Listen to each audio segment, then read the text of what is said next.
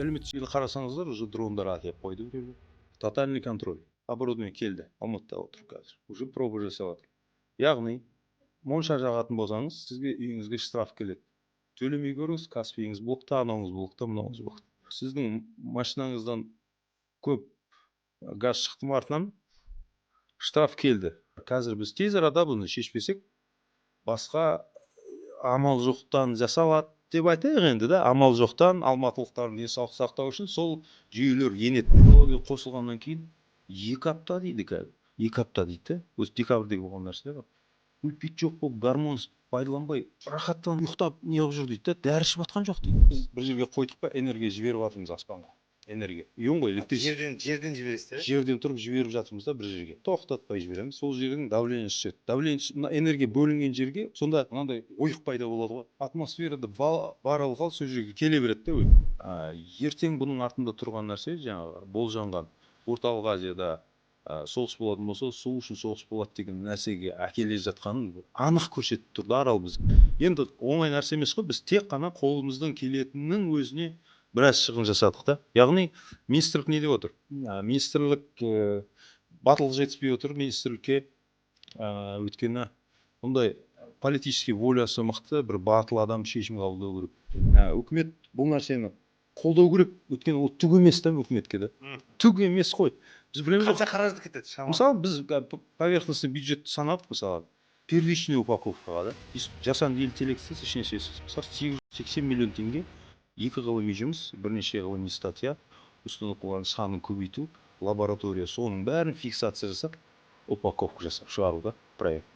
7 ай, 8 айдан. Мысалы гранттар, білеміз ғой қанша грант бөлінген. Еш нәрсе нәтиже жоқ гранттарда. Миллиардтап, 10 миллиард, 20 миллиардтап бөлініп, түбі жоқ болып кетіп жатқан нәрсе. Бұл жерде жұмыс істеп тұрған технология, бірақ келіп жатыр енді. Қаншалық тез қимылдайды деген мәселелердің бәрін көреміз. Бір ТЭЦ-ті модернизациясы шеше алмай жатқан кезде олар бүкіл заводтарын Қытай деген алпауыт мемлекет қалған сыртына шығарып тастау арзанырақ түсті олар.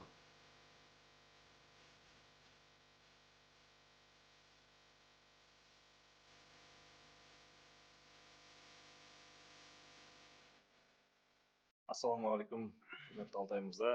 Уағалейкумассалам. Бүгін бізде қонақтасыз. Жағың сынса да сағың сынбасын подкасты жалпы елімізде көптеген азаматтардың күйзелістен арылуларына, бір қиыншылықтан шығуына көмек беріп жатыр. Көпшілік қоғамнан жалпы бір рахмет деген сөздерді естіген кезде қуанып қаласың. Сол осы жобамыздың жүзеге асып жатқанына 1 жылға жуық уақыт өтіпті. Сізді көргеніме қуаныштымын. Біздің студияға қош келдіңіз. Сіздің қазіргі біздің еліміз үшін жасап жатқан еңбектерімізді біз бағалаймыз, құрметтейміз, өзіңізбен мақтанамыз. Анау айтады ғой, қазақтың қолынан тек қана төбелес келеді, анау мынау дегендей әңгімелердің теріс пікір екенін, қазақтың қолынан бәрі келетін бір дәлелдеп жүрсіз. Енді сізді бір лақап атыңыз бар екен, Rain Man деген. Ол атау қайдан шықты? Біріншіден рахмет үлкен. Мына жобаға сәттілік тілеймін. Қазіргі таңда өзекті мәселелердің біреуі болып тұр ғой, енді өзі алмағайып заман ғой қазір. Анау да бар, мынау да бар дегендей. Осы тұрғыда қазақтың бірінші түркі елдерінің өзінің мінезі бар ғой, бәрі бүкіл әлем мойындайды мінезі бар дегендей. Сол нәрсені қалыптастырып дұрыс жолда, дұрыс мінезді әсер етіп жүрген, соған бір рахмет алып жүрген өз бір керемет нәрсе. Сәттілік тілеймін, ары қарай да кәсіптеріңізге жалпы. Лақап ат былай келеді ғой, енді достардан басталады ғой. Біреуді қазан бас дейді, біреуді анау дейді, біреуді мынау дейді. Енді мен жаңбырмен айналысқанда айналамдағы достарымнан басталды барлығы. Человек дождя деп айтамыз, Rain Man деп, солай почему не дедім? Неге қабылдайсың? Әдемі ғой. Қабылдай проблема. Бізде ана шаршаланға шақырғанда Айдос, Барс, Ербос, Ноло дейді. Сөйтіп бір күні рингке шығып кетсеңіз, Алтай, Rain Man, Айнабек деп. Әзіл-әзілмен. Бізде енді бір анау барлық жер не ғой все-таки. Бізде бір рингте жүрміз ғой негізі. Әрине. сіздер енді таяжып қалып жатқан жеріміз бар, енді қарсы не беріп жатқан жеріміз бар. Енді климатпен күрес қой біздікі, климатпен күрес былайша қарап тұрсаң, адамзаттың қолымен антропогендік өзгерткен нәрсеге қарсы тұру. Ол қарсы тұрғанмен қосылып еще бұл жерде жылдап, мысалы ғасырлап қалыптасқан жүйелер, мысалы оңай емес, адамның өзгеру қиын. Ұйықтап жатқы, күнделікті ұйықтап жататын адамның азанда тұрып, келесі понедельниктен бастаймын, мен өмірлік өтіп жатқан адамдар бар ғой. Просто өзінің жаңағы күнделікті нәрсесін өзгерте алмай жатқан адамдар бар да. Бұл жерде енді жаңашылық ендіру, енді бір өзінің қиыншылықтары жетеді екен негізі. Алтай мырза, сізге мынау өзіміздің бауырларымыз айналысып жатқан атаман өнімін, ерлердің денсаулығына арналған өнім. Енді мынаның ішінде міне бірінші кезекте танта маралынан, марал мүйізінен жасалған сусын, ішінде түрлі таудың шөптері бар, қосылған таза табиғи өнім. Денсаулыққа, ерлердің күш қуатын арттыруға өте пайдалы. Шыны керек, енді қазір білесіздер ғой, қазіргі заманда бұрынғы бабаларымыз атпен жүрген, белсіздік деген проблема болмаған. Қазіргі таңда көлікпен жүреді, көлікпен қайтады, офисте отырады. Көп қимыл жоқ ер азаматтарда, сондықтан былайша айтқанда тестостерондары да түсіп кетіп жатыр ғой. Соны арттыруға бір көмектесетін өнім. Алтай тауынан ғой бұл. Алтай тауынан, өзіңізге. Керемет, рахмет. Рахмет. Жалпы әкеңіз сіздің өзіңіз айттыңыз, балалық бір сұхбаттарыңызды қарадым. Сол кезде айтыпсыз да, менің жалпы ғылымға келуіме әкең себепкер деп. Әкеңіз еңбек сабағынан берген кезде жаңа роботтарды жасатыпты деп. Енді расында мен керісінше сондай сабақтардан қашып кететін. Еңбек сабағына ұнатпайтын да мен. Әскери сабақ, НДП дегендер ұнатпайтын. Біз алам болмыс әртүрлі болады ғой. Сіздің болмысыңыз соған кеп тұр да. Ол сізге генетикалық келген нәрсе ме, әлде ол сіздің өзіңіздің шынайы бір қызығуыңыз ба? Қалай ол? Жалпы мынандай бізде. Өткенде бір Қазправдаға интервью бердім. Бірінші сұрақ, сен кімсің дейді. Кто ты, давай поставим. Все точки над и деген сияқты. Жалпы менің анам да педагог, физмат. Әкем еңбек сабағына сабақ бергенмен, ол изобретение, ол хобби ғой. Ол өнер тапқыштығы, оның өзі, мен атамның аты Батыр болған. Мен ол кісінің көзін көрмеген, бірақ Қажымханның көкірегіне тас ұрған деген көп батырлық. Біздің елді Ауғанстанға көшіп баратқан кезде, ашаршылық кездерде, енді үлкен кісі болған ғой ол кісі. Сол кезде ашаршылық болып көшіп баратқан елді алып келіп, қайтадан өзі осы жерде бағып өсірген деген көп біздің ауылда ол кісі туралы қатты айтады. Одан кейін шын айтуды жақсы көрген. Шындық айтқан үшін жаназаларда тұрған кезде, қандай адам еді деген кезде, бәрі жақсы адам деп айтады ғой. Сондай кезде жаман жерінде айтатын жерім болса, айтып қалыңдар осы жерде деп, сондай кездің өзінде бір шындық айтады екен да. Біздің енді мен 3 ағайындымыз жалпы. 3 ағайындымыз, үшеумізде бір өздік генетически келген нәрселеріміз бар. Менің ағам мысалға. Ағам мынау Совет өкіметі күйрегеннен кейін көп өндірістерді приватизацияға жіберді. Одан кейін көп ғылым, көп сала тоқырап қалды. Темір-терсек қыз жіберді көп заводтарды, бәріміз білеміз. Сол қазір ағам үлкен кәсіпорындарда басын құрап, металлургия, кіші, сталелитейный, машиностроение деген мәселелерді қазір нөлден құрап жүзеге асырып жатыр. Шұқшиып еңбектенетін нәрсе ол. Анамдан да, точно наука ғой енді бұл жерде. Анамнан да, әкемнен де өткен оған. Бірақ оның қасиеті шұқшиып, прям қозғалмай жұмыс істей алады да. Қозғалмай сағаттап жұмыс істей алатын қасиеті бар. Үлкен көп адам жұмыс жасайды қарамағанда. Інім менің Қазақстанда ЕНТ-дан бірінші орын алған мысалға. Мен енді қайда барасың? Осы ортада жүргеннен кейін. Одан кейін бізді еңбекпен өсірген, жаңағыдай, ол туралы көп нелерді айттым. Енді еңбек деген жақсы ғой негізі жалпы. Ол да жақсы деген сияқты. Генетически келген деп айтса болатын шығар, наверное. Өзіңіз былай қызығушылық, мысалы инженер бітірдіңіз өзіңіз. Сол мысалы бір ақыл кеңеспен бардыңыз ба, өз қалауыңызбен бардыңыз ба?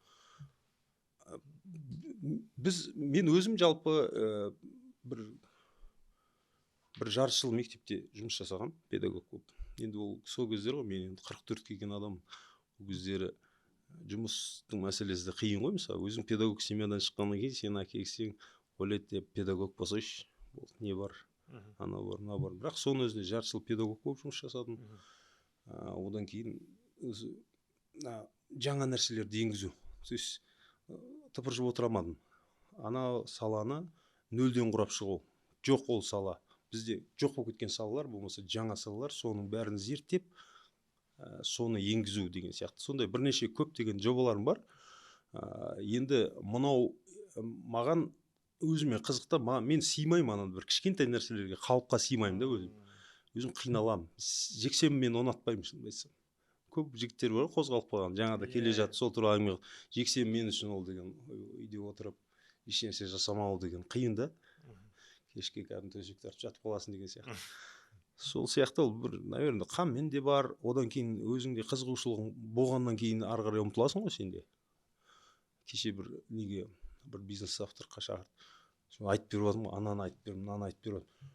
Бір орысша жігіт, вы не боитесь дейді да, қорықпайсыз ба дейді. Сөйтіп енді сол момент жүрегіме үңілдім да. Қорқыныш деген сезім жоқ екен да менде. Именно қорқыныш деген сезімді почему-то алып тастаған да. Жоқ. То есть жүре беру керек алға. Бәрі қимылдай бергеннен кейін, оны зерттей бергеннен кейін түбінде бір нәрсе шығады да. Сопротивление болады, ана болады, мына болады. Енді ана бір сөз бар ғой жаңағы, 1% талант, қалғаны еңбек деп та. То есть генмен келген күннің өзінде оны сен жаңа дамытпасаң, түк жоқ, түк шықпайды одан. Иә, табандылық дейсіз ғой. Жаңа 1% талант, еңбек дейтін, мысалы Томас Эдисон деген кісіні білесің шығарсыз. Лампаны алғаш жарықты, әлемге жарықты сыйлаған кісі ғой жалпы. Осы бүкіл енді әуелі Алла болса, одан кейін ол кісіге қарыздар ғой. Өйткені қаншама адам ақымақ ол болмайды деген ешкімге көнбеген, бірақ 999 рет ол былайша айтқанда әрекеттері сәтсіз аяқталып, 1000-шысында, 100000-шысында ма, 1000-шысында ма қателеспесем, тура түбінде шығады. Дәл тиеді да, сонымен жаңалық, бүкіл әлемдік жаңалығы ашады ғой. Бізде енді мысалы үшін, мысалы Қазақтан да ғалымның шығатынын сіз қазіргі күндері дәлелдеп жүргендердің бірісіз. Бірақ мен бағанада басында да айттым ғой, бізде қоғамда андай бір құлдық санадан деп ойлаймын ол. Құлдық санадан қалыптасып қалған. Қазақтың қолынан ештеңе келмейді. Мысалы, машинаңды қазаққа апарып, немесе орысқа апарсаң, орысқа сеніп тұрасың деген сияқты. Бар, иә. Ол нәрсе құлдық санадан негізінде, түбінде. Ал біздің былай қарасаң бабаларымыздан, мысалы, Ибн Сина болсын, Әл-Фараби бабаларымызды алсаң да, мысалы, бертінгі замандағы Сәтбаев бабаларымыздың өзі негізі ғұлама ғалым болған ғой кәдімгідей. Әрине. Сондықтан біздің жастарға бір мотивация ретінде қандай бір ақыл кеңес айтар едіңіздер? Сынбай, жаңағындай әрекет жасау керек деген сияқты осы салада ше? Жалпы өткенде маған кімнің несі ұнады ше?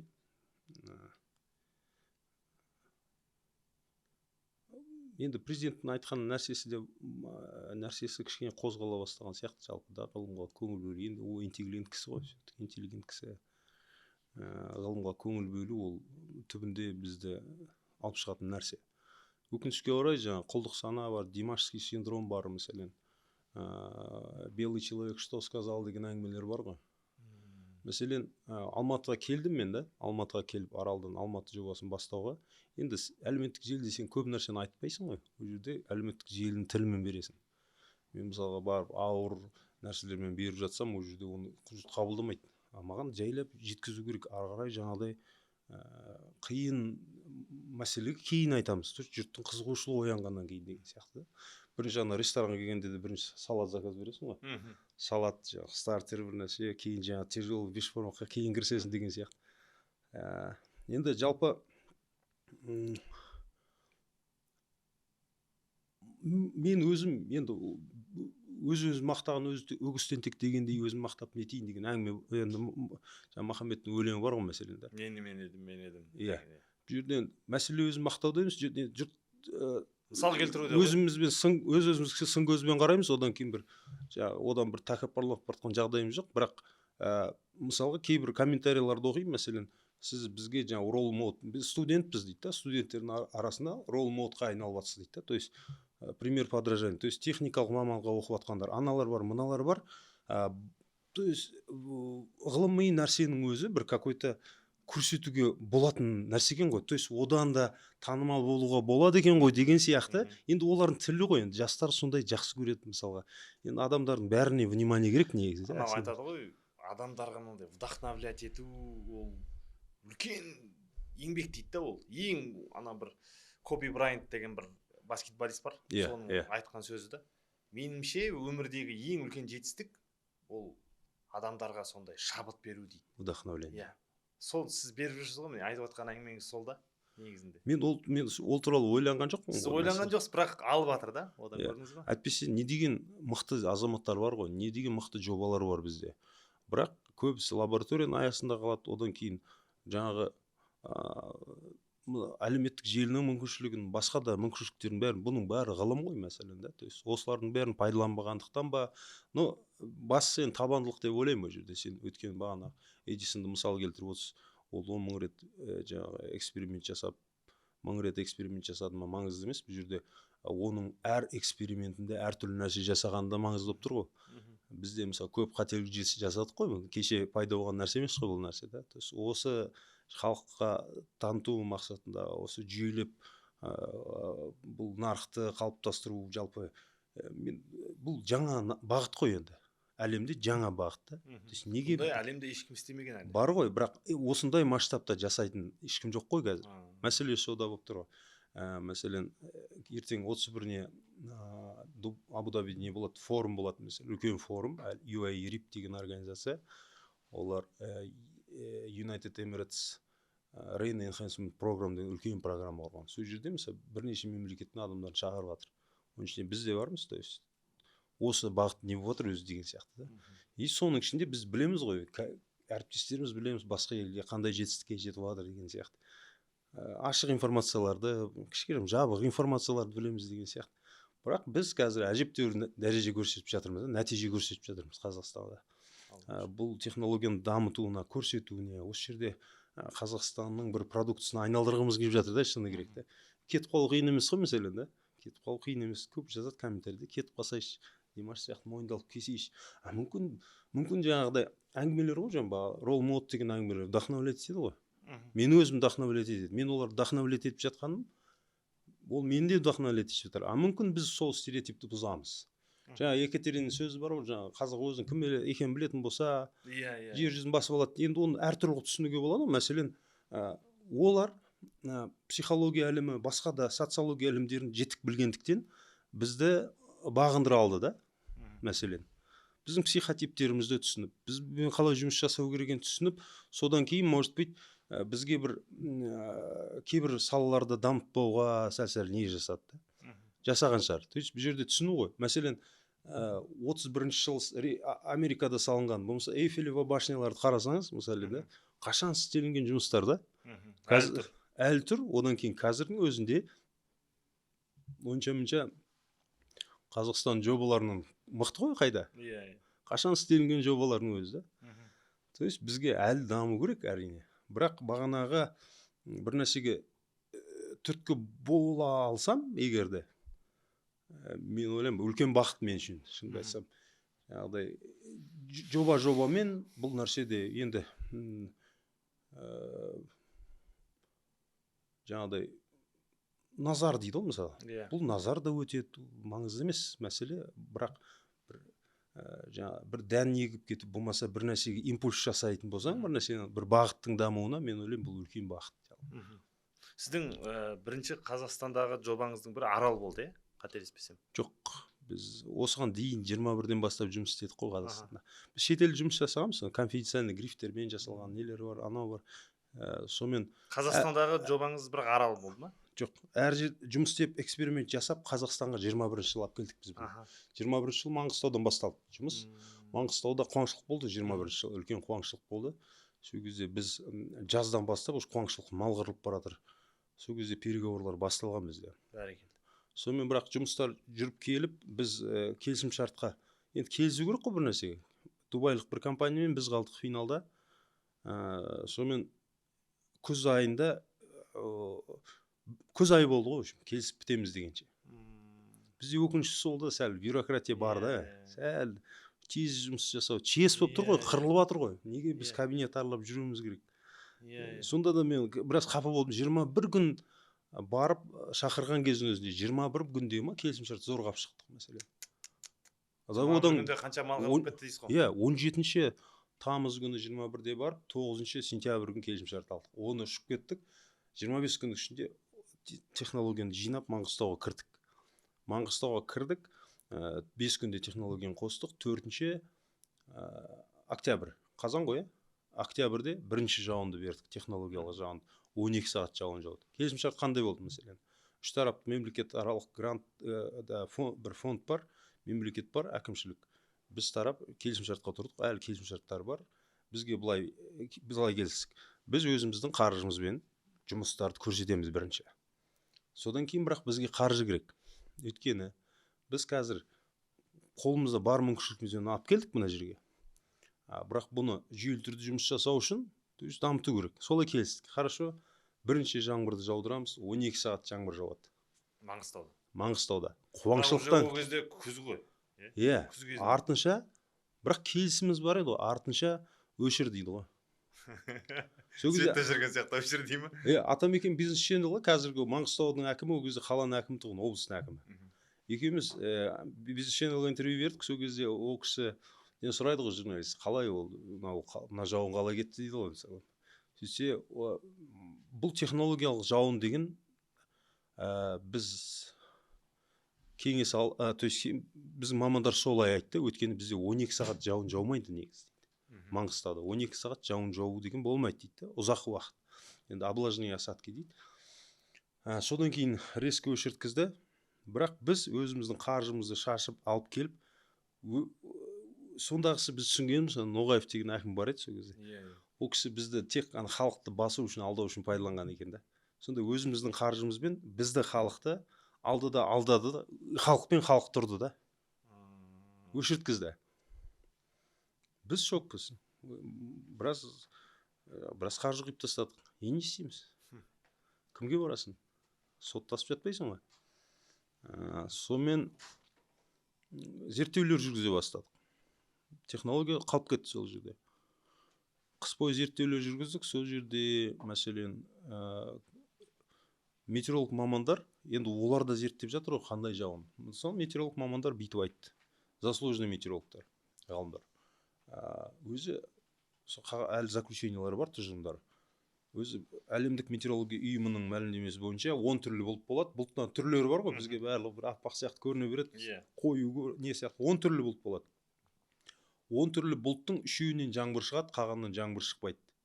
Метеорология ұйымының заключениесі бойынша. Қағаны жоғарғы бұлттар, одан кейін облака красивый погода деген сияқты көзге әдемі көрінетін бұлттар деген әртүрлі ғой, енді өзінің жаңағы греческий аттары бар ғой барлығының. Сол кезде заключение тұжырымда былай жазады. Бірақ Маңғыстауда технология жұмыс жасаған кезде басқа бұлттың түрлерінен де жауын шықты. Бұл табиғи жолмен болуы мүмкін емес, бұл технологиялық жаңбыр деп заключение береді бізге. Біз нанимать еткен жоқпыз, оны танымаймыз да. Мен көрген емеспін ол кісіні. Бірақ сыртымыздан олар зерттеп жатыр ғой, сондай қағаз берді. Кейін бізге одан өшірдік, қайтадан басталды ғой засуха. Шаруалар қорықты уже. Шаруалар қорықты, 22-ші жылы отыр, жауын шашын жоқ. Шаруалар шығады бізге, парламент депутаттары шықты, айтады, Алтай, не істейміз? Не істегенде сендер лақтырып тұрсыңдар ғой, мен кәдімгідей. Мен ақшам жоқ ары-қарай жүргізетін. Сөйтіп бір нәрсе келейік, бізде де ақша жоқ. Біз азар тегі жүріс-тұрыстарыңа ақша тауып бере аламыз. 3 ай жұмыс істеп беріңдер, бірақ біз нәтиже көрсеткеннен кейін алып оны әкімге беріп, бюджетке кіргізуге амалдайық. Көрейік дедік. Технология апарып қойдық. Бізге де шегінерге жол жоқ. Аламыз да біздің расходтарымызды жинап беріңдер, онда шаруалар жинап береміз деп өзі ұсыныс жасады. Біз 3 ай жұмыс жүргіземіз. 3 ай жұмыс жүргіздік. мартта жаңбыр, анада жаңбыр. Сонымен бір күні Дубайға кетіп қалдым, офиске кетіп қалдым. Бір кезде қарасам, біздің сотрудниктер неде жүр ғой жаңа. Видеодан жібереді, тасаттық жасап жатыр мына жерде дейді. Түсіндім, қайтадан бізді использовать етті да ана жерде. Жаңбыр жауып тұрған жерге не үшін тасаттық істейсің сен? И тасаттық жасағанда да, тасаттық енді білеміз ғой нәрсенің бар екенді. Бірақ неге оны үлкен қылып жасайды? Одан кейін бүкіл ресми республика каналдар оны көрсетеді. Бір сұмдық событие сияқты қылып та. Ол тасаттық жасалып жатқан нәрсе өмір бақи. Өмір бақи Маңғыстау облысы, бүкіл аридтік аймақтар, шаруалар бір қойды шалады да жасайды. Оны әрдайым жасап жатқан нәрсе. Бірақ соны үлкен қылып жасайды. Мен түсіндім, что бұл біз енді климатты өзгеріп жатқан нәрсені көріп отырмыз ғой, біз жұмысымыз екен, міне мынандай нәтиже болып жатқанын көріп отырмыз. Әкімнің тағы да ойнатқанын түсіндік та. Сөйтсек, халық енді ол жердің халқы бөлек қой. Әкім барып жағасын аған. Ей, әкім мырза, біз өзіміз қазір мына жігіттердің жүріс-тұрысына ақша тауып бердік. Бірақ бұлар 3 айда дәлелдеп береді. Ары қарай сен бұны бюджетке кіргіз. Потому что біз қуаңшылық бола ма, болмай ма деген нәрсені уайымдамауымыз қиын болып жатыр. Жыл сайын қиындап бара жатыр. Әкім бол деп келіседі та, бірақ бағанағыдай шоу жасап жібереді. Күшті 22-ші жылы. Біз енді сыртта қалып кеттік қайтадан. Вообще енді өкінішті ғой енді. Менің білуімше осы 24-ші жылдан бастап таныла бастадыңыз сіз. Иә, бағана Эдисонның медысы ғой бұл жерде. Енді өмірден тая қалдық қой. Тек арған не істейміз? Шегінер жол жоқ. Бірінші үлкен уроктың бірі осы болды ма? Сабағы болып тұр ғой енді, сабақ алып жатыр ғой. 2 рет таяқ жедік. Сонымен енді зиялы қауымнан әңгімесін алдық, батасын алдық. Рахмет жігіттер, бірақ енді көріп тұрсыңдар ғой, халықты ойнатып жіберді. Оған қарсы бәлен деймайсың деген сияқты нәрсе болғаннан кейін ол нәрсе тағы қалды. Тағы минусқа кіріп кеттік. Ары қарай не істейміз? 23-ші жыл енді мына былтыр неде болды? Засуха болды. Жамбыл облысы су бермей қойып қырғын болды ғой мына Жамбыл облысында. Түркістан облысы засуха болған тұғын. Сөйтіп мен ана эмираттық нелермен сөйлесіп тұрамын ғой енді, достарым көп, нелерім көп. Сонымен айтады, биыл мына Түркістан облысында охотаға келмейтін болды эмираттықтар. Олар жиі келіп тұрады ғой. Түркістан облысында Шәуілдірде несі бар? Бір Шаян Ордабасы бір ауданда, в общем, заводы бар. Бағанағы красавица Драфаның мына далалардағы жұмыртқасын жинайды да, соны роботпен тамақ береді. Біз әлемде 3 жерде бар заводы. Марокко, Эмират, Түркістан облысында. Сөйтіп балапанды роботпен береді екен, өйткені қолмен былай қарайтын болса тауық сияқты болып қалады, үй жануары сияқты болып қалады. Сөйтіп роботпен тамақтандырып, керек кезде өзін жіберетін жерлері бар, әлемде жіберетін жерлеріне жібереді. Бұлардың ана эмираттықтар жалауларына жаңағы соколдың несін сап қояды ғой. Олардың ана бір серттері бар екен де өздерінше. Біз бұрын кедей кезде, ашық болған кезде сендер осы құс бізді асыраған, біз енді осы құстың жағдайын жасаймыз деп, ана эмираттықтардың құсқа деген құрметі сол үшін да олардың. Сонымен засуха сөйлесем эмираттықтармен, олар айтады, биыл келмейміз дейді охотаға, өйткені ана Түркістан облысы ешнәрсе жоқ. Барып тексеріп келдік, засуха дейді да, сұмдық дейді енді жағдай. Сонымен диқаншылар несін орып болады, біз енді келсеміз, в общем, давайте біз жасап берейік жұмыс Түркістан облысында. Жұмыс жеңілдеу, өйткені тау бар уже. Сонымен аламызда бүкіл август айы бойынша жұмыс жасап береміз. Енді рекорд су құйылады оны жерге. Алтай мырза, сөзіңізді бөлейін.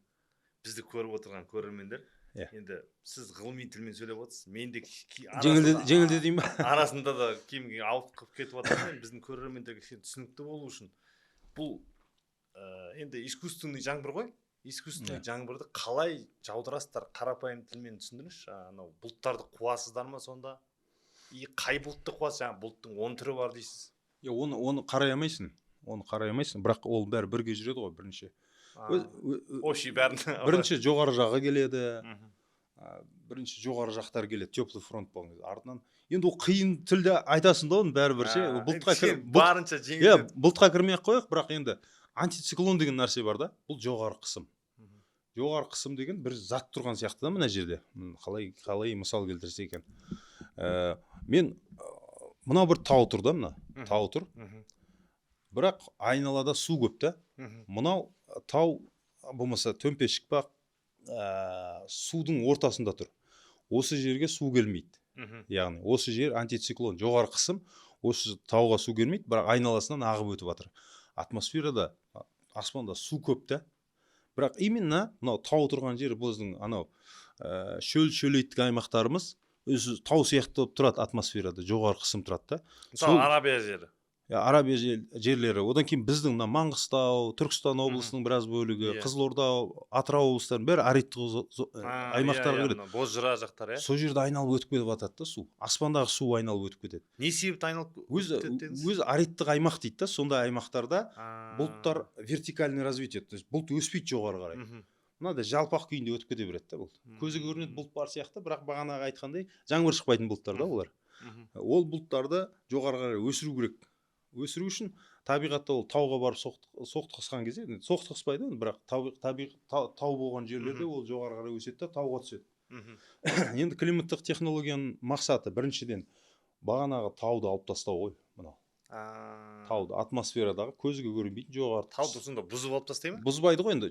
Давление ғой, бұл жерде қысым ғой әшейін. Қысым да. Тау деген қысым. Мына тау енді біздің мысалда тауды алып тастайды ғой, былайша қарап тұрсаң да. Тауды алып тастайды да, жылжытып отырады да. Тез жылжытып отырады. Тау стационарный деген нәрсе бар ғой. Мына қозғалмайды да. Бағана облыстың көп уақыт қозғалмай тұратын нәрсені алады да, жылжытып отырады. Бұл жылжыған нәрсе болғандықтан әрдайым артынан ылғал келіп отырады. Оны қалай жылжытады? Ол жерде жаңа давление түсіретін технология болды. Бұл атмосфера. Сіз технологияларды алып келдік деп жатсыз ғой, жаңа Маңғыстауға жаңбыр жаудырдық деп. Сол бұлттарды сонда ана аспаннан айдайтын бір технология бар. Жоқ, айдамайды. Бұл жерде біз бір жерге қойдық па, энергия жіберіп жатырмыз аспанға. Энергия. Ион ғой, электричество. Жерден жібересіздер? Жерден тұрып жіберіп жатырмыз да бір жерге. Тоқтатпай жібереміз. Сол жердің давление түседі. Давление түсіп, мына энергия бөлінген жерге сонда мынандай ойық пайда болады ғой. Атмосферада бар ылғал сол жерге келе береді де өзі. Бізге енді ылғал жасау керек. Мына төмпешікті бұзып. Оны кез келген уақытта істеуге болады дейсіз ғой, Енді ең қиын кездерде істеп жатырмыз ғой. Бұл жаз қиын кез. Ол министрліктің өзі берген кез да. Осы жерде істеп көрсетіңдерші, шамаларың келсе деді. Проблема жоқ. Вообще проблема емес. Алаң қалаумен жүзеге асып жатты ғой барлық кезде. Мен мысалы Лас-Вегаста болдым, соңғы жекпе-жекке дайындалған кезде. 4 айдай болдым. 4 айда бір жаңбыр жаумады. Құмды жер ғой, таулы құмды жер. Аридтік аймақ қой. Иә, сондай аймақ. Демек сондай жерлерде де жаудыруға болады да, иә? Аралда қиын жер ғой. Енді сол келесі сұрақ сол Аралға қатысты болсын да. Арал, мысалы сіз енді қолға алдыңыз ғой осыны. Бұл мысалы Аралдың тартылып кетуінің басты себебі не? Мысалы оны Сырдария өзендері құяды ғой. Сол өзендерді жаңағы неге егіншілікке неге бөлгеннен ба, әлде басқа табиғи жағдай ма бұл жерде? Енді Арал теңізі өзі 60-шы жылдары тартыла бастаған, оны ресми білет барлығы. Бірінші очередь ол адамдардың көбеюі, одан кейін ауыл шаруашылығының дамуы ғой болды. Мақта, күріш, ең суды көп пайдаланатын нәрселер егіле бастады. Халық саны өсіп келе жатты. Енді мен Аралды Орталық Азияда, Орталық Азия мемлекеттерінің индикатор, то есть машинада бізде бак бар ғой, мәселен да. Бакта бензин таусылып жатқан кезде қызыл жанады. Болды. Сен заправкаға жет деген сөз да. Бұл жерде Аралдың функциясы солақта негізі. Біз қанша уақыт бойы бактағы бензиннің Орталық Азияда судың деңгейін түсіп келе жатқанын көрсетіп келе жатыр.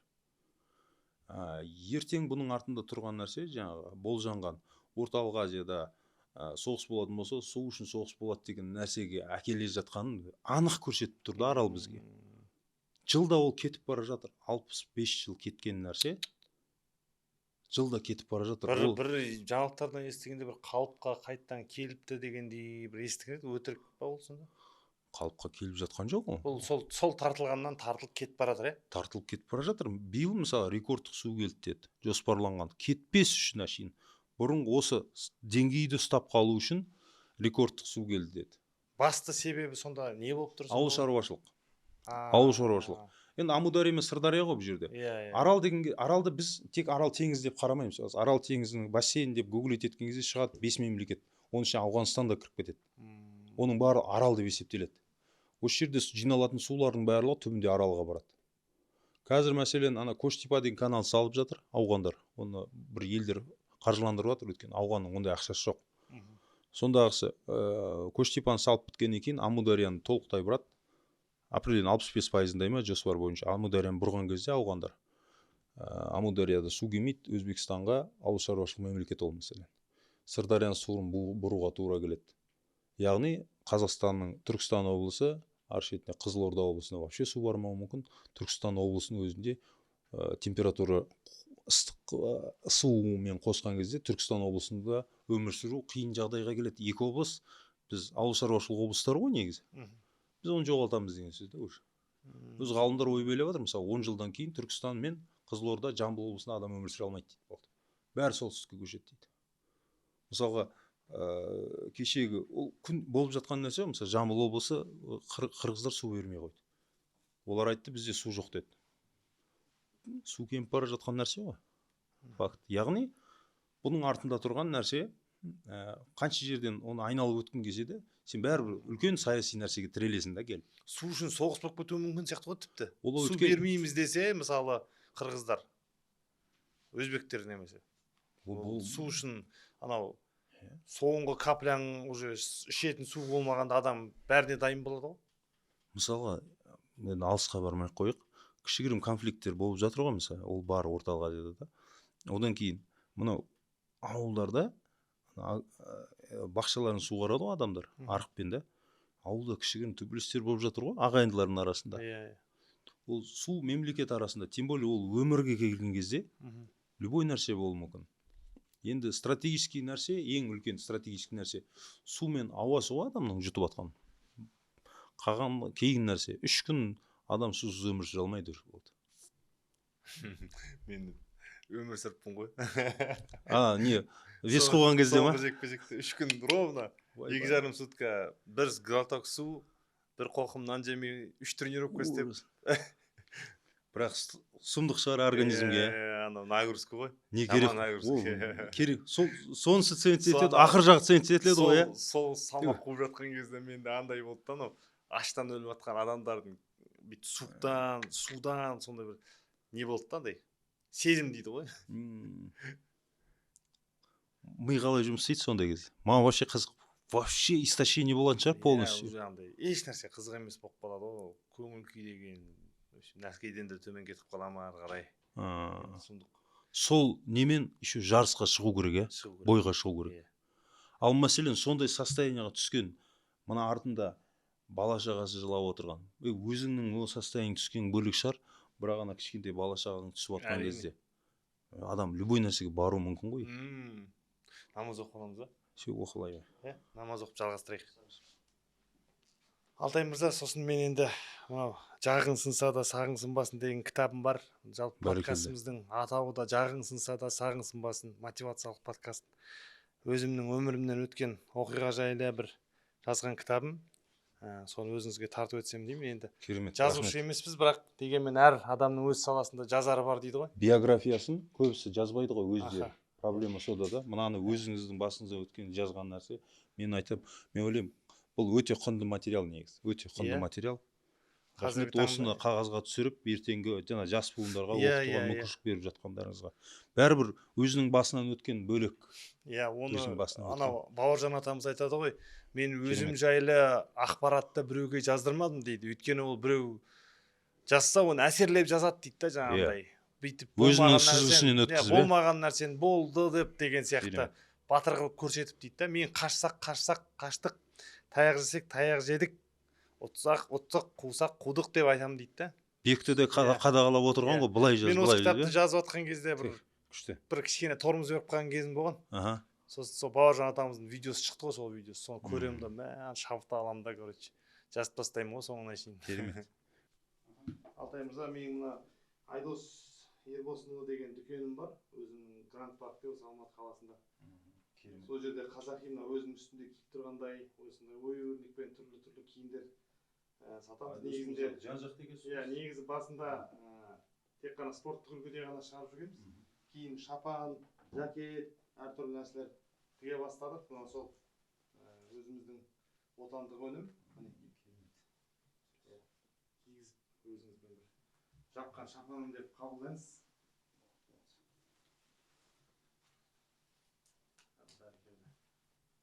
Сізге бір размер үлкені керек екен. Мына костюм болып тұр ғой деймін. Иә.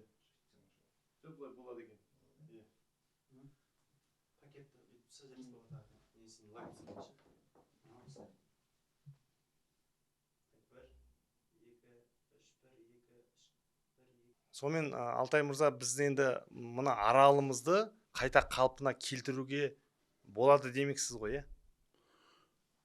Бағанағы біз интегрированный план по восстановлению Арала деген құжат дайындағанбыз. 17 жылдан бастап дайындап келатырмыз. Үлкен құжат. Соны неге біз біріншіден биыл Арал былтыр 24-те Аралда бастадық. Өткен президент Тоқаев именно Арал құтқару қорының кезекті 3 жылдығы Қазақстанға өтті. Оның председателі болып Тоқаев мырза кірісті іске. Яғни енді С5 мемлекеттердің ішінде Қазақстан беделі үлкен екеніміз білеміз. Алашордалықтардың кезінде қандай болған, қазірдің өзінде силы мемлекет. Яғни Тоқаев мырза осы проектіні инициировать ететін болса, Қазақстан инициировать ететін болса, жалпы Аралдың мәселесі шешіледі. Арал үлкен 5, мен айттым ғой, Арал бассейн деген үлкен, 5-6 мемлекет кіреді, Ауғанстан санамағанда. 5 мемлекет кіреді, Ауғанстан 6-шы. Бұған кіріспесек, бізде Орталық Азияда су үшін, бағана айтқандай, саяси болжамдар өткен ғасырдың 60-шы жылдары Бжинскиймен жазылған, Орталық Азияда су үшін соғыс болады деген нәрсе жазылған. Одан кейін бірнеше программалар жазылған. Ол сол кездегі политический прогноз біз қазір басымыздан кешіріп жатырмыз. Біздің мойнымыздағы жауапкершілігіміз де сол нәрсені болдырмау қазіргі. Ал енді сізге мынау үкімет жағынан жалпы бір қолдаулар бар ма осы істеп жатқан? Өздеріңіз жаңағы құрылғыларыңызды әкеліп өздеріңіздікі ғой ол демек, Өзімізге. Өзіңіздікі, мысалы, ол енді оның бағасы арзан емес шығар. Қанша дегенмен оны ана жерден көтеріп ана жерге апарудың өзі, бір жерден бір жерге апарудың өзі үлкен расход қой. Оның бәріне жалпы қолдау бар ма? Жоқ, әзірге ешқандай қолдау жоқ. Бұны біз демонстрациялық мақсатта жүргіздік. Бұл технологияның біреуі ғой, жүйе ғой бұл. Технологиялық жүйелер, ол жерде дрондар болу керек, ішінде басқа да қосымша бағана астынан бұлттарды шығу технологиялар болу керек. Мысалы, бір дронның өзі өткенде заявкаларын қарадық. Мына Қытайға жасататын болсақ, 1,2 миллион тұрады мысалы. Бір метео, ондайдан қаншама дрон керек. Оның жаңағы пиропатрондар мәселен, бір пиропатронның 800 юань тұрады. Енді оңай нәрсе емес қой, біз тек қана қолымыздан келетіннің өзіне біраз шығын жасадық та. Яғни министрлік не деп отыр? Министрлік батылдық жетіспей отыр министрлікке. Өйткені бұндай политический волясы мықты бір батыл адам шешім қабылдау керек болып тұр да. Бұл енді бір исторический момент қой, тарихи сәт Орталық Азия мемлекеттерінің басқа бағытқа, бағанағы политический прогноздарда айналып өтіп, соған қарсы нақты қадам жасайтын, нақты шешім қабылдайтын адам керек болып тұр. Министрлік олар ашық тек президентке бару керек екенін айтты. Министрлік ол нәрсені шеше алмайды. Біріншіден компетенция жетіспейтіндігін, екіншіден ондай политический воля жоқ екенін маған ашық айтты ол нәрсені. Енді президентке қабылдауға жазылдыңыз ба? Жазылған жоқ, бірнеше рет хат жолдадық. Енді біз биыл қабылдайтын шығар деген үмітім бар, шынымды айтсам. 21-ші жылы біз Маңғыстауда жұмыс жасаған кезде, мысалы, ресми өкілдермен жұмыс істеп жүрміз, сол кезде маған айтқан сөзі бар еді. Алтай, бүкіл ел болып Маңғыстауға бір тамшы су апара алмай жатқан кезде шөптерін алып келіп, ол оңай жұтпаған жоқ қой, сен осыны жаудыра алдың дейді. Бұйырса жылдың соңында президенттен награда алашын шығарсын деген еді. Мәселе наградада емес қой. Мәселе президентпен жолығып, ары қарай стратегиялық мәселелер талқылау ғой. Жарайсың Алтай деген сөздің өзі сіз үшін бір үлкен дем ғой деп ойлаймын мен. 21-ден бері қазір 25 келді. Енді білмеймін, енді жылдап біз бағанағы әртүрлі методтармен жеткізіп келе жатырмыз ғой. Биыл әлеуметті қостық дегендей. Бұйырса қолдайды деген ойым бар, потому что енді мүмкін емес қой ол нәрсені айналып өтеді. Сен бүкіл Орталық Азияның климатына әсер етіп отырсың. Бір топ адамсың, адам деген енді біздің сыртымыздан қарап отқандар көп қой енді. Дұрыс жеткізетін шығар деген ойым бар. Биыл қабылдайтын болса, біз ұзақ уақыттарға Орталық Азия мемлекеттері, оның ішінде основной Қазақстан, су қауіпсіздігін қамтамасыз ету, климаттық қауіпсіздігін қамтамасыз ету, Алматының смогы да мысалға өткенде 1 ай жұмыс істеп берген күннің өзінде Қазір тоқтаттыңыз, иә? қазір тоқтаттық, не болып отыр Алматы. Соны Бірден ол кішкене тоқтатпай ақ қойсаңызшы. енді кері жұмыс жасап жатқандар да бар да сонда оған. бұл Алматының смогын кетіру үшін жылы 12 ай істеп тұру керек па ол? Негізі 87% күн ғылымдардың несі бойынша 87% күн жылда ауаның сапасы жақсы емес та Алматыда. Қыста біз таңдадық, өткен қыста мына көзге көрінетін эффектісі бар. Қазір мысалы мынау қар деген әдемі жауып, күшті болып тұр ғой, Алматы әдемі болып тұр ғой. Көп жылдан бері негізі бұндай болмай кетіп еді. Соңғы бір 3-4 жыл жауып жүр жалпы. Оның алдыңғы жылдары Алматыда бір шыны керек қыстың өзінде жаз сияқты болып тұратын. Бір жауады, еріп кетеді бірден. Өткен жылы біз Шымкент облысынан әсер еткенбіз. Түркістан облысынан әсер еткенбіз, әсер болған. Бірақ енді ол жерде басқа технология жұмыс жасады. Айтқым келген, бір айда визуальный эффектілер, одан кейін адамдардың аллергиясын кетіп жатқандығы. Енді бұл жерде көп ғылыми жұмыстар жасалу керек қазір параллельно. Мысалы, қанша адамның аллергиясы, қанша пайызға кеміді. Мысалы, мен өткенде декабрь айында осы жерде жұмыс істеп жүрген кезде ауа тазаланып қалғандығым более-менее. Тазаланып қалған, менің ұйқым, мысалы жеке өзімнің ұйқым реттелген еді. Ол менде ғана ма десем, командамның көбісінде сондай болған екен. Қазір келдік, ұйқы жақсы емес уже. Мысалға Ауадан ол, әрине, сен мысалы ауылға баратын болсаң, тынық ауада, таулы жер болатын болса, тем более ол жерге бар ұйықтаған 1 сағат, мына жерде 4-5 сағат ұйықтасаң қанып қалады ауыл. Қанып қалады, иә. Мына жердегі 10 сағаттан абзалырақ та ауылдағысы. Өйткені біз жерде кислородный голодание бар ғой мына жерде. Мысалы Абу-Даби сияқты бір ыстық жерлерде жазда адамның басы ауырады. Өйткені кислородный голодание бар да. Кислородтар, оттегі аз. Бұл жерде де қазір оттегі концентрациясы кеміді, за счет басқа улы заттардың концентрациясы көбейіп жатыр. Өшірген, қазір мысалы любой прибор қарасаңыз, қып-қызыл болып жанып тұр. Сұмдық енді. Мен өзім сезіп жатырмын қазір. Өзім сезіп жатырмын. Аллергиялар мен жалпы вообще обал. Өткенде біреулер комментарий көп жазады ғой. Біз енді қор құрып сол арқылы жұмыс жасаймыз ба деп кейін тоқтаттық қой. Тағы да. Бұның негізі кәдімгідей үкіметтен, менің ойымша кәдімгідей бір қор бөлініп, бұл жыл 12 ай жұмыс істеп тұрған абзал сияқты ғой, меніңше. Енді біз бұл жерде Алматы мысалы проветривать етпесе, мысалы Алматыда мына жағы тау тұр, бітеу тұр ғой, сондықтан ғой ауа бір жерде ямада ғой Алматы. Сол котловина ғой.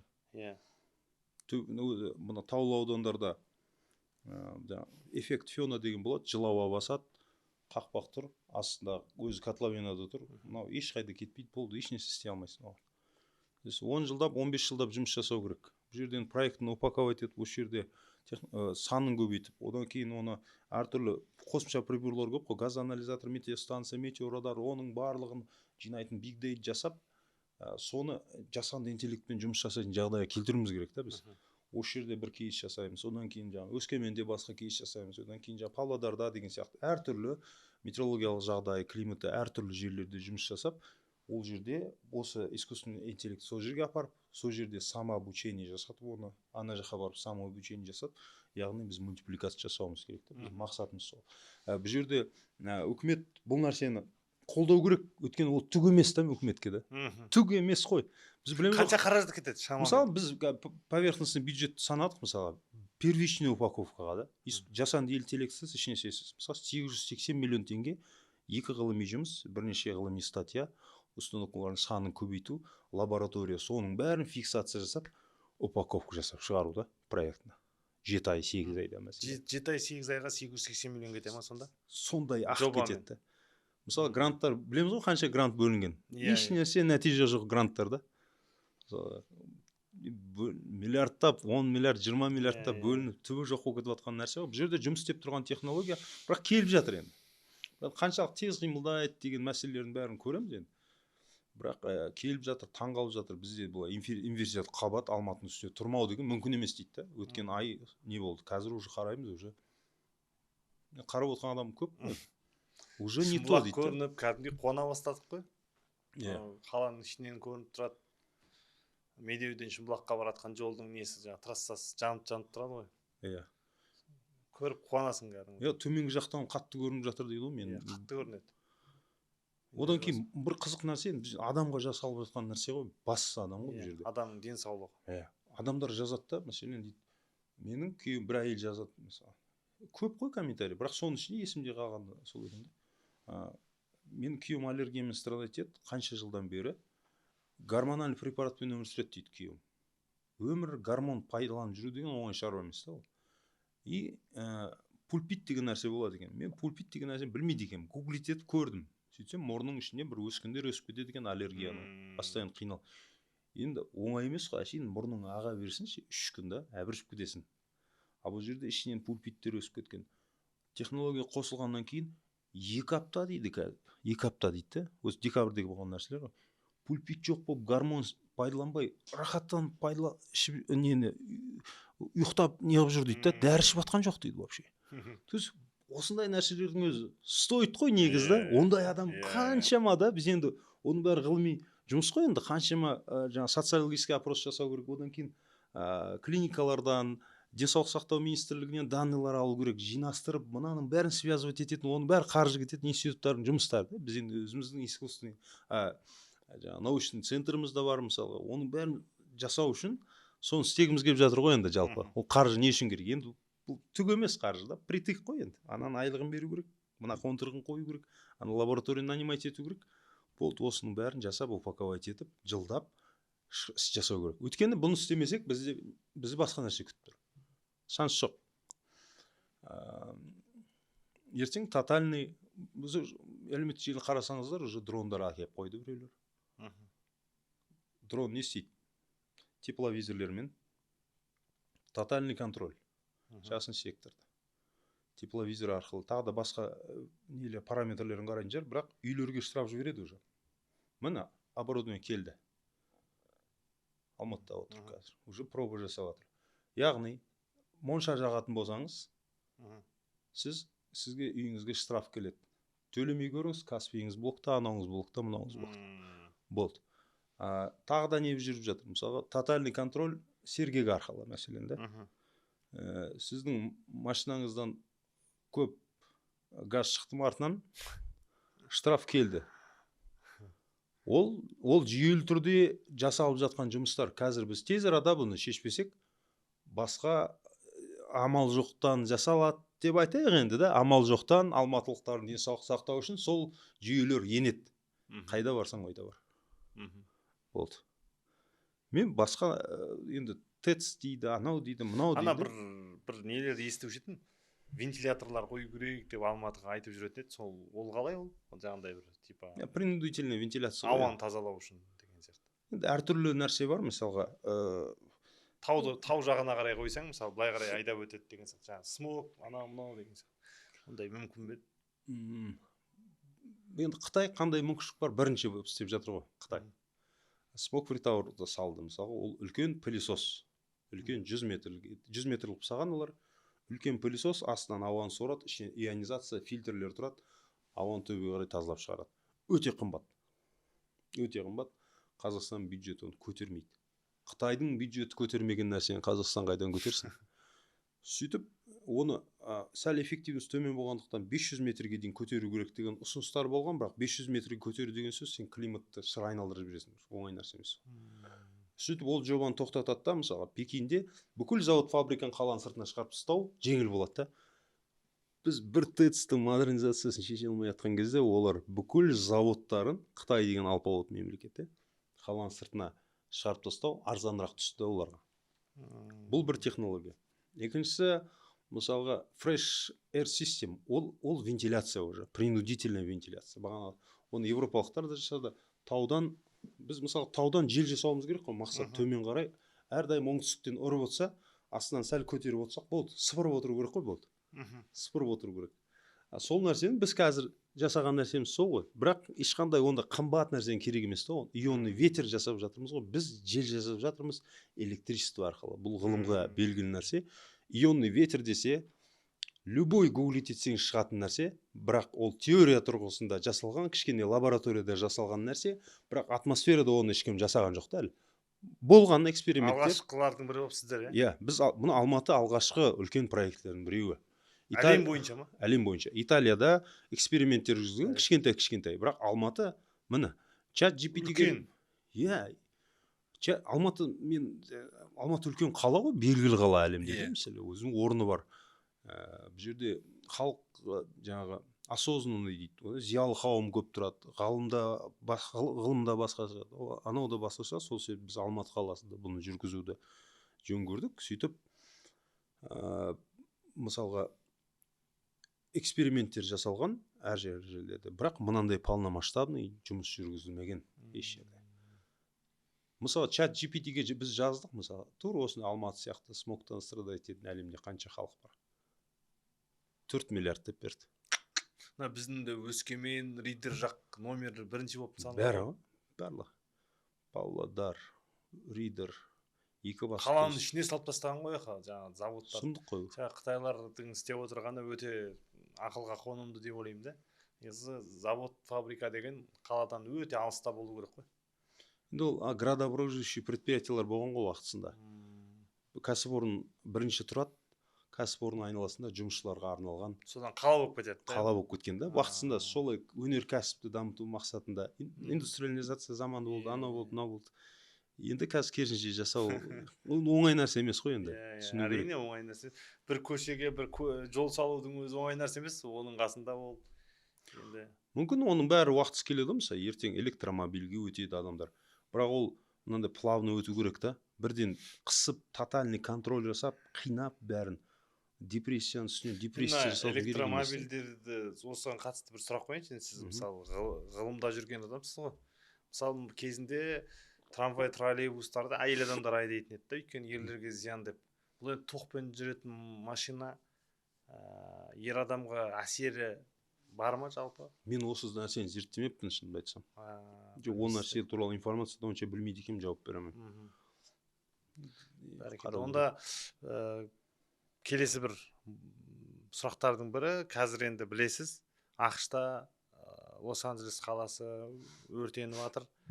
Бір жағынан қарап отырсаңыз, енді Лос-Анджелес алпауыт мемлекеттердің бірі ақш қой, әлемдегі. Сол алып державаның өзін былай қарасаң, Аллах тағала ескертіп жатқан сияқты да, бұл әлемнің иесі мен деген сияқты. Жіберіп жатыр. Соның сіздің бір сторисіңізді көріп қалдым да бүгін. Сол жерде жазыпсыз, біз Американың Голливудына уже көмектесе алмаймыз, ол уже басталып кетті. Ал біз өзіміздің, мысалы, былтыр Семейде болды. Сол Семей сияқты өрттердің алдын алуымызға болады депсіз. Профилактика. Оны істеу үшін де жаңағындай сізге осы құрылғыларды құру керек па, осы қазіргі істеп жатқан жаңбыр сияқты? Или ол сәл басқаша не ма? Жоқ, жаңбыр ғой ол жерде. Басқа жаңбырдан басқа не істейсің? Мәселен, енді любой нәрсе алдын алған дұрыс қой, жүйелі түрде алдын алған. Былтыр мысалы өрт болды Семейде. Енді биылда ондай күтілуде ғой жалпы? Енді былтыр жалпы соңғы 5 жылда 610 мың гектар орман өртеп кеткен. 610 мың гектар. Қазақстанда ма? Қазақстанда, өте көп. Дала өртін санамаған кезде.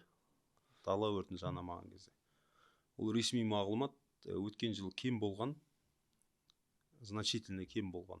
Климаттық технология пайдалану арқылы. Бұл жүйелі түрде пайдалану керек. Өткені Әлемдік банк пен Азия даму банкының берген климаттық қауіпсіздігі тәуекелдері, Қазақстанның климаттық тәуекелдері, рисктері ғой енді. Сол құжаты бойынша өрт жиі болатын құбылыс болады дейді бізде.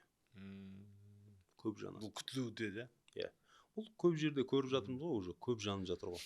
Біздің енді көріп отырған көрермендеріміздің арасында бір белгілі тұлғалар болып жатса, бір мемлекеттік қызметте жүрген азаматтар болса, үкіметке алтын құлақтарын алтын сырға, негізі еліміздің болашағын ойласақ, осы нәрсені қазірден бастап қолға алуымыз керек. Алтай мырза, дұрыс қой. Көзді жұмып қарауға болмайды ғой. Әрине. Скупой платит дважды дейді ғой. Ана нәрсе бар ғой, мысалға да. Біз енді дәрігер сияқтымыз ғой, Айбек мырза, қараңыз. Ислам принциптерін түсінетін адам біледі да. құдай бір жерге ауру жіберді ма, оны емімен қосып жібереді да. Сол сияқты климат ауырып жатыр ма, оның емі бар, міне тұр, климаттық технология. Себеп пен салдар ғой бұл өмірде, басқа не бар мысалға да. Емі міне тұр. Оны жүйелі түрде жаңа енгізетін күшті коалиция құру керек, бірге жұмылып осы нәрсені алдын алу керек. Басқа ешнәрсе көріп тұрған жоқпыз біз шынында. Алла тағала сізге жар болсын. Бізге келіп осындай ашық жарқын сұхбат бергеніңізге үлкен рахмет. Шақырғаныңызға. Сізді құрметтеймін, Алтай мырза. Өйткені бізде жаңағындай стереотип қалыптасып қалған, соны біз өзгертуіміз керек. Соның өзгеруіне бір үлкен себеп болып жүрген өзіңіз. Сіз өзіңізді ғалым демесеңіз де, біз сізді ғалым деп білеміз. Келер ұрпақ, Алла қаласа, өзіңізбен мақтанады деп ойлаймыз. Алла қаласа, тарихта қалдыңыз сіз. Рахмет. Айдос мырза, мен сізге жеке айтарым, мысалы, сіздің бір ерекшелігіңіз тез. Өзінде сөз бар ғой. Айтыскермен айтыспайсың. Боксермен бокстаспайсың. Сен боксер болмасаң да. Мысалы, әркім өзінің саласы бар. Сізді мен басқа қырларыңыздан бүгін жақсы таныдым. Рахмет. 8 қырлы, бір сырлы азамат екенсіз. Құдай кәсібіңіздің берекесін арттырсын. Одан кейін сіздің бір ерекшелігіңіз, сіз мынау дела громче слов деген азаматтың біреуі екенсіз. Сөзмен, бірақ артында ісі болмаса, оның бәрі шыны керек бос нәрсе. Менің анам айтатын бір жақсы сөзі бар. Арық айтып семіз шық дейді менің анам әрдайым. Арық айтып семіз шық. Енді бірақ қазір әлеуметтік желінің осындай информацияның заманы болғандықтан, мынау істі дұрыс тұрғыда айтатын кез, көрсететін кез, соны жасап жатсыздар. Рахмет сіздерге. Үлкен рахмет. Құрметті көрермендер, Алтай мырзамен өте керемет сұхбатымыз өтті. Келесі подкасттарда кімдерді көргілеріңіз келеді, қандай тұлғаларды көргілеріңіз келеді, астына жаза отырыңыздар.